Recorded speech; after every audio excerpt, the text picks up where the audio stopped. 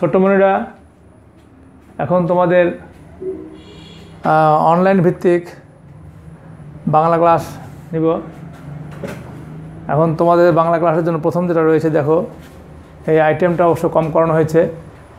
এলোমেলো শব্দ সাজিয়ে বাক্য তৈরি করো, বই অনুসারে, বইয়ের মতো করতে হবে, তোমার মন করা কিছু করলে হবে না। তাহলে প্রথম যে প্রশ্নটা রয়েছে, লাল ডালিমের দানা ছোট পাকা ছোট টুকটুকে, এটা কী হবে? এটা হবে আসলে পাকা ডালিমের ছোট ছোট দানা টুকটুকে লাল। তাহলে এটা হবে পাকা ডালিমের ছোট ছোট ছোট, পাকা ডালিমের ছোট ছোট দানা টুকটুকে লাল, টুকটুকে লাল। পাকা ডালিমের ছোট ছোট দানা টুকটুকে লাল, পাকা ডালিমের ছোট ছোট দানা টুকটুকে লাল। এই গেল এইটা প্রথমটা।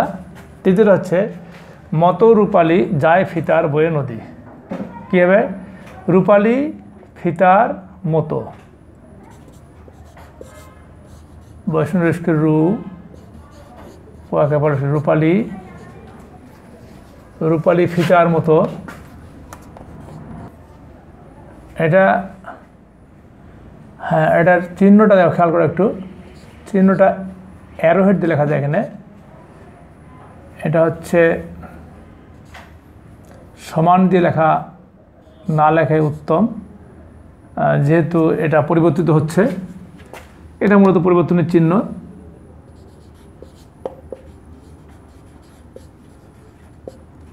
রূপালী ফিতার মতো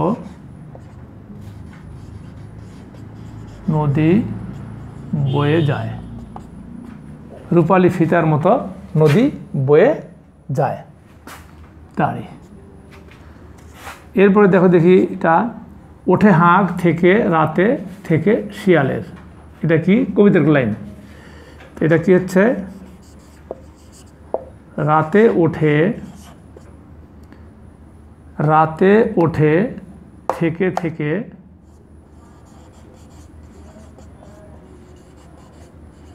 রাতে ওঠে থেকে থেকে শিয়ালের,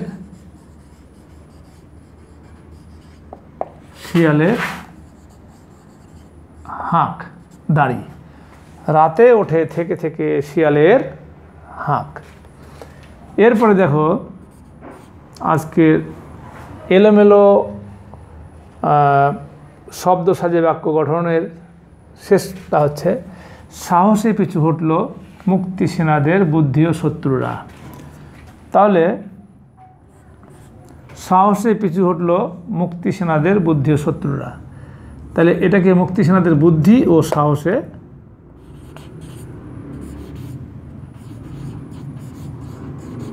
মুক্তি সেনাদের, মুক্তি সেনাদের বুদ্ধি ও সাহসে, একটু আলাদা শব্দ ওটা,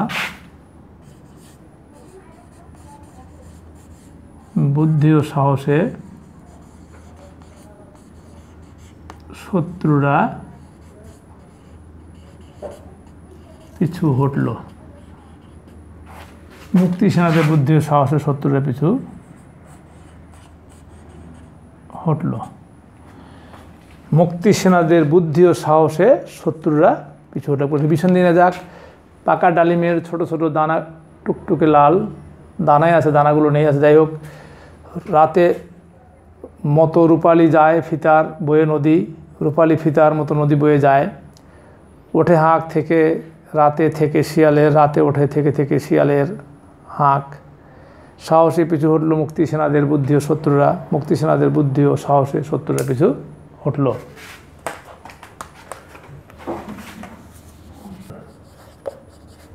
এবার 2 নম্বর প্রশ্ন হচ্ছে ঙ দিয়ে 5টি শব্দ লেখো। আসলে এটা যুক্তবর্ণ ঙ 5টি শব্দ। যে কী হতে পারে? অঙ্গ হতে পারে, বঙ্গ হতে পারে, মঙ্গল হতে পারে, জঙ্গল হতে পারে। তাহলে অঙ্গ, বঙ্গ, জঙ্গল। মঙ্গল অঙ্গ, বঙ্গ, জঙ্গল, মঙ্গল। তারপরে অমঙ্গল হতে পারে, অমঙ্গল। তাহলে অঙ্গ, বঙ্গ, জঙ্গল বা মঙ্গল, জঙ্গল, অমঙ্গল, কলিঙ্গ, মঙ্গল, ঙ এটা অঙ্ক হয়ে গেছে, অঙ্গ।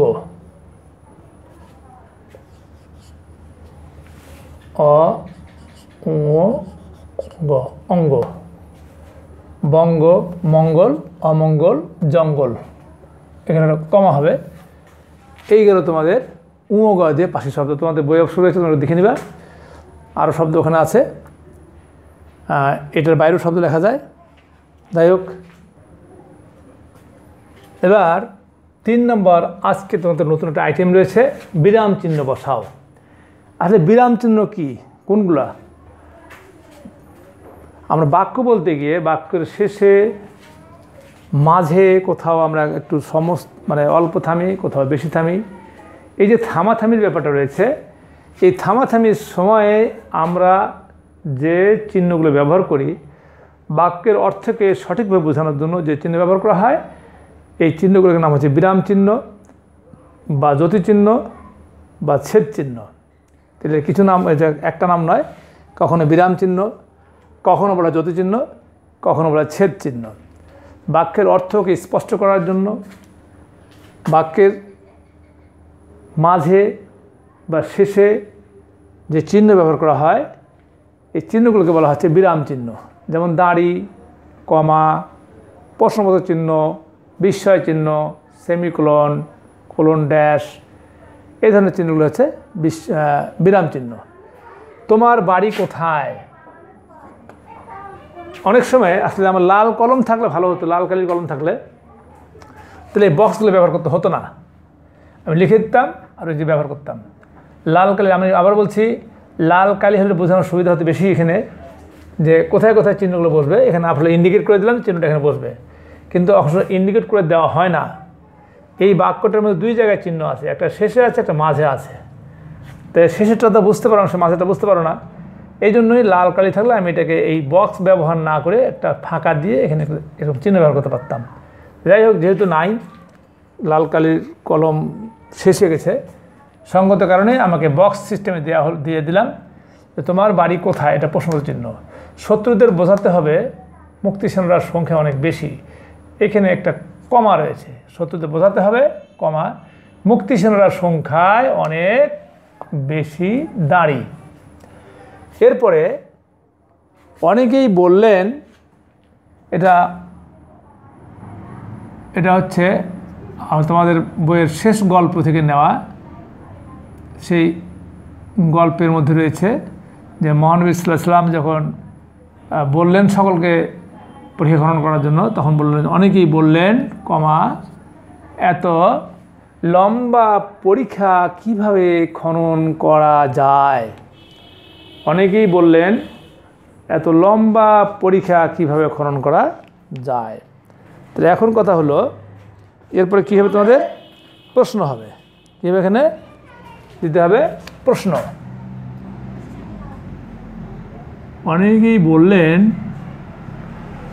হুজুর এত লম্বা পরীক্ষা কীভাবে খনন করা যায়? তো ওটাকে এভাবে এক্সপ্রেস করেন, এভাবে বুঝায়নি। বলতেছে যে এত লম্বা পরীক্ষা কিভাবে খনন করা যায়। আবার দেখো, তোমার বাড়ি কোথায়, প্রশ্নবোধক জিজ্ঞেস করা হচ্ছে।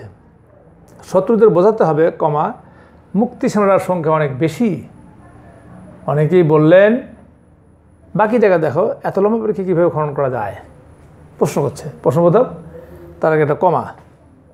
এই গেল তোমাদের জ্যোতির্চিহ্নের ব্যবহার, এটাই জ্যোতির্চিহ্নের ব্যবহার। এরপরে দেখো বানান শুদ্ধকে লেখা ঝাঁকড়া, ঝাঁকড়া বানানটা ভুল আছে, এটা হবে ঝয়ে চন্দ্রবিন্দু আকারে ঝাঁ ক ডাবল আকারে ঝাঁকড়া। তাহলে এখানে একটা বৈষম্য দেওয়া আছে, ডাবল হচ্ছে, আর ঝয়ের উপর চন্দ্রবিন্দু চন্দ্রবিন্দু দিতে হবে। এরপরের বানানটা দেখো কৃষ্ণচূড়া, এটা আমরা এর আগেও করিয়েছি, কৃষ্ণচূড়া করি মধ্যাহ্ন ছয় নয় কৃষ্ণ বানানো ঠিক আছে। এখানে চূড়া থেকে সমস্যা, চয় দূর করে চু এবং ডাবল আকারে চূড়া, কৃষ্ণচূড়া। এটা একটা ফুলের গাছ, যদিও ফুলের ঘ্রাণ নেই কিন্তু দেখতে খুব সুন্দর, বড় গাছ কৃষ্ণচূড়া। আঁকা বাঁকা দুইটা সমস্যা, দুই জায়গায় চন্দ্রবিন্দু নেই, সরেয়া চন্দ্রবিন্দু আ, সরেও চন্দ্রবিন্দু আকার আ কয়েক আঁকা, বয় চন্দ্রবিন্দু আকারে বাঁকা আঁকা বাঁকা আঁকা বাঁকা। অতিথি, অতি তস্কৃতি অতি, ছয় দিকে থি, অতিথি নো তস্কৃতি অতিথি। তাহলে কোনো দীর্ঘিকার নেই, সবগুলি রস্বইকার। স্বরেও তস্কৃতি অতি, তস্কৃতি অতিথি, স্বরেও তস্কৃতি অতি, তস্কৃতি অতিথি। অতিথি এলে নাস্তা দিব। এরপরটা হচ্ছে কামিনী, একটা ফুলের নাম, কয়েকটা কামস্কৃমি কামি দন্তনস্কৃমি, যে মরিস্কৃমি দেওয়া আছে ঠিকই আছে, এখানে দন্তনস্কৃমিটা হবে দন্তনস্কৃমি। কামিনী, কামিনী কি একটা ফুলের নাম, কামিনী একটা ফুলের নাম। তাহলে কী পাওয়া গেল? ঝাঁকড়ায় চন্দ্রবিন্দু ছিল, একটা ডয়মন্ডা ছিল ঝাঁকড়া। তারপর কৃষ্ণচূড়া, এখানে চয় দূর করে চু এবং ডয়মন্ডা ছিল, সেটা এখানে চয়কে চু দেওয়া আছে। আঁকা বাঁকা দুটো চন্দ্রবিন্দু ব্যবহার করতে হবে। অতিথি তস্কৃতি আর কামিনী কামস্কৃমি কামিনী। তো বানানগুলো তো ভালো করে দেখে নেবে। আমি আবারও বলি যে বানানে খুব গুরুত্ব দিবে, তাহলেই তোমরা ভালো মার্ক পাবে, তা নাহলে ভালো মার্ক তোমরা পাবে না। এখন তোমাদেরকে নিয়ে যাব 5 নম্বর বচন পরিবর্তন। তোমাদের বচন শিখেছি, বচন কাকে বলা হয়, বচন কত প্রকার, এক বচন বহু বচন। আজকে বচন পরিবর্তন। বচন পরিবর্তনের কিছু নিয়ম রয়েছে, নিয়মগুলো তোমাদের পড়তে হয়ে যাবে। যেমন কোথাও রা, কোথাও এরা, কোথাও গুলি, কোথাও গুলো, কোথাও গণ, কোথাও নিচয়, কোথাও আবলি, কোথাও বৃন্দ, কোথাও কুল, কোথাও মালা, কোথাও গুচ্ছ, কোথাও কি বলা হচ্ছে, কোথাও নিচয়, কোথাও নিকর বসে। এগুলো তোমাদের ক্লাসে আসলে আমরা আবার ঝালাই করার চেষ্টা করব। এখন আমরা যেটা বোঝাচ্ছি বলছি ভালো করে খেয়াল করবে। সেটা এখন দেখো যে ছেলে, সাধারণত অধিকাংশ ক্ষেত্রেই বচনের যে নিয়ম, সাধারণত গুলো, গুলি, গণ, রা, এরা যুক্ত করা হয়ে থাকে। তাহলে অধিকাংশ শব্দগুলি এরকম হয়ে থাকে, ছেলে, ছেলেরা, অথবা ছেলেগুলো, ছেলেগুলো এটাও হতে পারে। আবার ছেলেরা, দুটো রেখে দিলাম, দুটোই সঠিক। ছেলেগুলো দুষ্টমি করছে, ছেলেরা মাঠে ফুটবল খেলছে, সুতরাং দুটোই সঠিক। এরপর আছে ভাই, ভাইয়ের আমার রক্ত যখন দিয়েছি আরও দিব, সুতরাং ভাইয়েরা, তাহলে ভাইয়েরা। আবার হতে পারে ভাই সব, রমজান আসে শুনে ভাই সব শুনুন, আপনি জাগুন, আপনার প্রতিবেশীকে জাগিয়ে তুলুন। যখন আমাদেরকে সিয়ের সময় ডাকা হয় তখন আমরা ভাই সব শুনুন, তো ভাই থেকে ভাই সব হতে পারে। ভাই, ভাইয়েরা, ভাইরা কোথায় হয় আমি আগেই বললাম, একটু আগে একটা লাইন বলে দিলাম, ভাইরা আমার রক্ত যখন দিয়েছি আরও দেব, বঙ্গবন্ধুর একটা উদ্ধৃতি। এবার আম, আমগুলো, আমগুলো, এটা কিন্তু আবার আম সব করো না, হ্যাঁ, আমেরা করো না, এটা কিন্তু গুলোই হবে। আমগুলো সব পচে গেছে। কি আম পাঠিয়েছ? বই, এটা বইগুলো হয়, আবার বইগুলিও হয়। যদি কেউ বইগুলো লেখে তাও হবে, বইগুলো লেখে তাও হবে, সমস্যা নেই। তবে বইয়ের এগুলো লিখিও না। সব জায়গায় সব জায়গায় রা, সব জায়গায় লেখানো যাবে না। এবার শিশু সঙ্গে কী হতে পারে? শিশুরা হতে পারে, শিশুরা মাঠে কোলাহল করছে। আবার হতে পারে শিশু সব করে রব, রাতি পোহালো, কারণে কুসুম কলি সকলেই ফুটলো। তো শিশু সব হতে পারে। আবার হতে পারে কি? শিশুগণ। কীরকম করে? তোমাদের একটা খেয়াল রাখবে, শিশুগণ দেয় মন নিজ নিজ পাঠে। শিশুগণ দেয় মন নিজ নিজ পাঠে। তাহলে কী হতে পারে? শিশুরা, শিশু সব, শিশুগণ। এখন বলো তো স্যার সবই লাগানো যাবে? হ্যাঁ, আমি তো কবিতা লাইনই বলে দিচ্ছি যে শিশু সব করে রব, রাতি পোহাইল, কারণে কুসুম কলি সকলেই ফুটিল। আবার শিশুগণ দেয় মন নিজ নিজ পাঠে। আর শিশুরা মাঠে ফুটবল খেলছে, বা শিশুরা মাঠে কিচিরমিচির করছে পাখির মতোই। যাই হোক, শিশুদের আচরণ এরকম। বন্ধুগণ হতে পারে। বন্ধুগণ শুনুন, বন্ধু সব, বন্ধুরা। তা গণ বেশি ভালো, এখানে সাজেস্ট করব গণ লেখার জন্য। ভক্তরা হতে পারে। যেমন রথযাত্রা লোকারণ্য মহাধুমধাম, ভক্তরা লোটায় পথে করেছে প্রণাম। সুতরাং ভক্তর সঙ্গে ভক্তরা হয়। আবার হয় ভক্তবৃন্দ।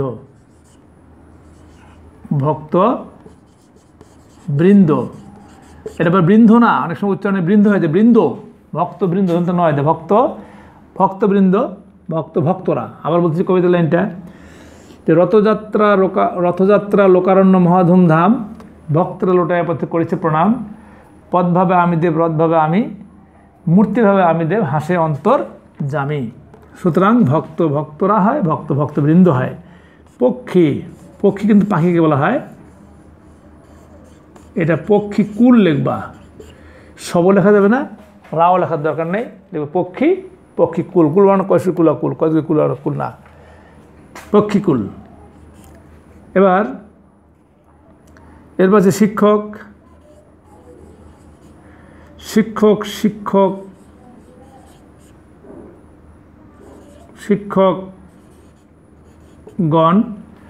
শিক্ষক মণ্ডলী হয়।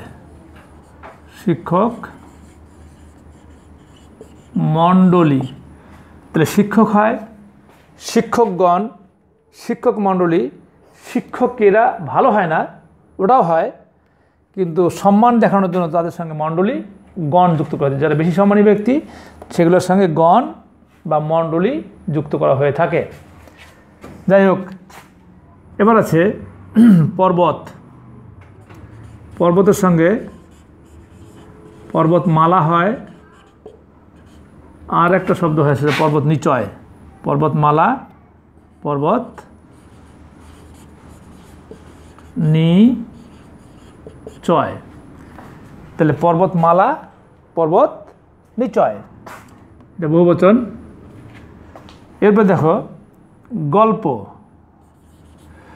গল্প হয়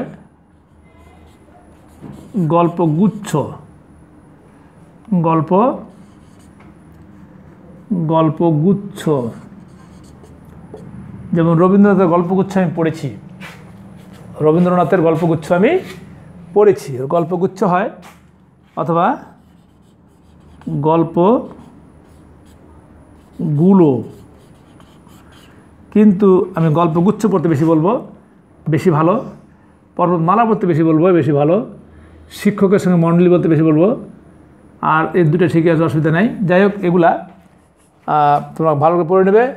আবার বলে নিচ্ছি, ছেলেগুলো, ছেলেরা, ভাইয়েরা, ভাই সব, আমগুলো, বইগুলি, এরপরে শিশুরা, শিশু সব, শিশুগণ, বন্ধু, বন্ধুগণ, বন্ধুরা, বন্ধু সবও হতে পারে, দরকার নেই। ভক্ত, ভক্তরা, ভক্তবৃন্দ, পক্ষী, পক্ষীকুল, শিক্ষক, শিক্ষকগণ, শিক্ষক মণ্ডলী, পর্বত, পর্বতমালা, পর্বত নিচয়, গল্প, গল্পগুচ্ছ, গল্পগুলো। এই ছিল তোমাদের বচন পরিবর্তন। আজকে তোমাদের আমি হোমওয়ার্ক দিতে চাচ্ছি না, কারণ কয়দিন পর পর কিছু ক্লাস হয়ে গেলো, পড়া হয়ে গেলো। তোমরা এ সপ্তাহের পড়াগুলোই রিভিশন দিবে ভালো করে, বারবার দেখবে। একটা সপ্তাহে আমাদের 6টা দিন আমরা ক্লাস নেই, কোনো কারণে কোনো 2-1 দিন বাদ পড়লে সেটা ভিন্ন কথা। আর 6 দিনে কমপক্ষে 6 দুগুণে 12টা ক্লাস হয়ে যায়। তোমরা এই এক সপ্তাহে 12টা ক্লাস রিভিশন দাও, এটাও অনেক বড় একটা কাজ হয়ে যাবে। এই না, আজকে তোমাদের কোনো হোমওয়ার্ক দিলাম না, বাংলার হোমওয়ার্ক দিলাম না, তোমাদের জন্য যেটা পড়ালাম এটাই তোমরা বারবার ভালো করে দেখবে, তোমাদের বাবা মায়ের কথা শুনবে, বাসায় থাকবে। আর সামনে তোমাদেরকে বাসায় যে প্রশ্ন দেওয়া হবে সেই প্রশ্ন পরীক্ষা দিবে, পরবর্তী সময় আমাদেরকে জানাবে। দেখা হবে অন্য কোনো বিষয় নিয়ে। সে পর্যন্ত সকলের সুস্থতা কামনা করে শেষ করছি। খোদা হাফেজ।